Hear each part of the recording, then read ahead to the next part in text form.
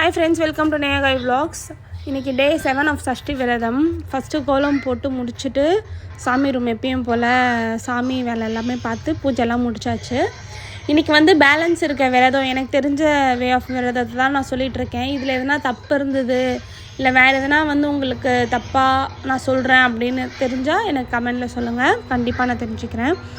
அதே போல் இன்னொரு விஷயம் என்ன அப்படின்னா எனக்கு நான் பண்ணுறது சில விஷயம் நோட்டிஃபை பண்ணி எனக்கு கால் பண்ணி சொல்கிற ஃப்ரெண்ட்ஸ் எல்லாேருக்கும் ரொம்ப தேங்க்ஸ். இது நீங்கள் மாற்றினா நல்லாயிருக்கும் அப்படின்னு சொல்கிற எல்லாேருக்கும் ரொம்ப ரொம்ப தேங்க்ஸ். அதை நான் மென்ஷன் பண்ணணுன்னு நினச்சேன்.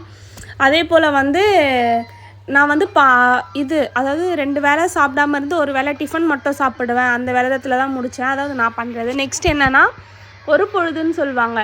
ஒரு பொழுது என்னென்னா, அதாவது டே 6 இருக்கு இல்லையா, அன்னைக்கு மட்டும் ஃபுல்லாக சாப்பிடாம அடுத்த நாள் திருக்கல்யாணம் பார்த்துட்டு படையல் போட்டுட்டு சாப்பிடுவாங்க.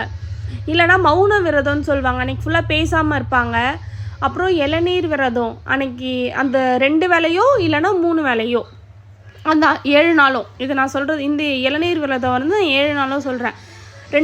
2 வேளையோ இல்லை 3 வேளையோ, அது அவங்கவுங்க சக்திக்கு ஏற்ற மாதிரி, ஹெல்த்துக்கு ஏற்ற மாதிரி அதை சாப்பிட்டுட்டு தண்ணி மட்டும் குடிச்சிட்டு இருப்பாங்க. இது சொல்லிட்டேன். அப்படின்னா நெக்ஸ்ட்டு வேறு ஏதோ ஒன்று சொல்லணும். இந்த பெரியவங்களாக இருப்பாங்களா, அவங்களாம் இந்த ஒரு வேளை சாப்பிடாமல் இருந்து சாமியெல்லாம் கும்பிட்டதுக்கு அப்புறமேட்டுக்கா சாப்பிடுவாங்க. இந்த மாதிரி சில பேர் அவங்க சௌகரியத்துக்கு ஏற்ற மாதிரியும் சில டைப் மாற்றிப்பாங்க. ஏன்னா எல்லாரோட ஹெல்த் கண்டிஷனும் ஒரே மாதிரின்னு சொல்ல முடியாது.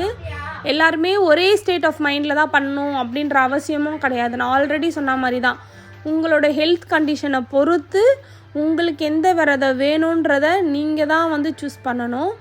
ஏன்னா ஒரு விஷயம் நீங்கள் பண்ணுறது உண்மையாக பண்ணால் போதும் அப்படின்றதான் நான் சொல்வேன்.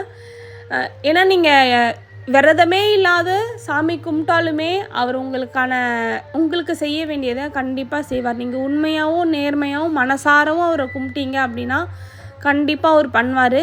அதில் எந்த வித மாற்றமும் கிடையாது. நாங்களாம் கொஞ்சம் விரதம் இருந்து கொஞ்சமாச்சும் எங்களை கொஞ்சம் பாருப்பா, கொஞ்சம் எக்ஸ்ட்ராவாக கவனிப்பா அப்படின்ற ஒரு ரெக்வெஸ்ட்டை தான் அவர்கிட்ட வைக்கிறோம். மற்றபடி நீங்கள் விரதம் இருந்து தான் கும்பிடணும் அப்படின்ற கட்டாயமும் கிடையாது. விரதம் இருந்தால் தான் அவர் பண்ணுவாருன்ற அவசியமும் இல்லை. அதாவது அதுதான் கம்பல்ஷன் அப்படின்றது கிடையாது.